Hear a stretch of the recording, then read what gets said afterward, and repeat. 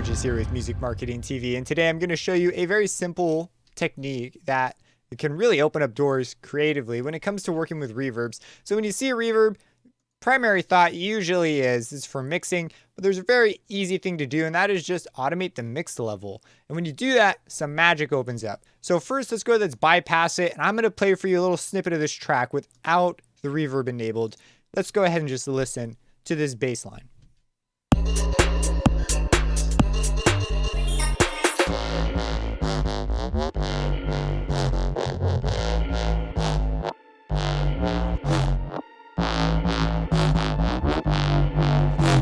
So that's the bass line. You know, it's okay. It's right there. There's, you know, it sounds kind of awkward where it is because there's just not enough reverb on it to really place it in the mix, I think, in a distinct spot. But, you know, it's okay. So what we're going to do is we're going to bring this on, and all the reverb settings are static. All we're doing is automating the mix level. But, man, does this open doors. So let's go ahead. Let's just hear the difference.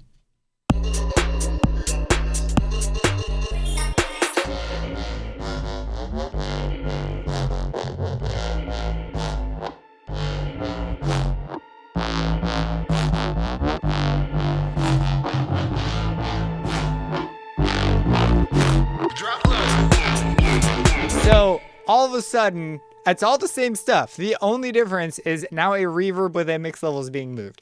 So granted, the sound itself already has a lot going for it. There's elements with movement. There's distinct parts of the sound that come forward. This all is just one big bass sound, one patch.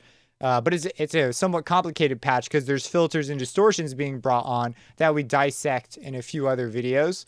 So here, though, this is really just the cherry on top. So once you have a sound, you've got to sort of figure it out. If it's a sound that's very rhythmic, it sounds like this can really favor a verb that moves forwards and backwards. So I have a rather short space, all the standard sort of, you know, settings. These curves are the default curves you get when you open it up. But I opened it up with the full intention to have it washed out. So this sounds like it's far away.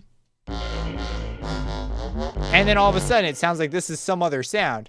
Right there. Far away. Close. We scoot back. All the way back. And then at the very end, we all of a sudden come forward. So you have this like forwards and backwards relationship baked right into the rhythm of the song. This is a very powerful technique. So if you've never used, you know, if you've never automated just for fun, the mix control, quite powerful. If you want to see the automation, there's a bunch, but this right here is the automation that's controlling what's going on. So if you just want a visual as we go.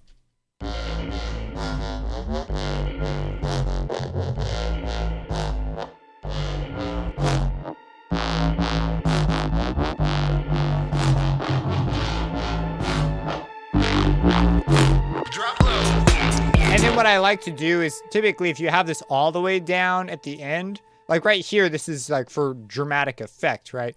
But usually you could see here, I actually set the reverb level to, this is more of a mixing decision, this final setting.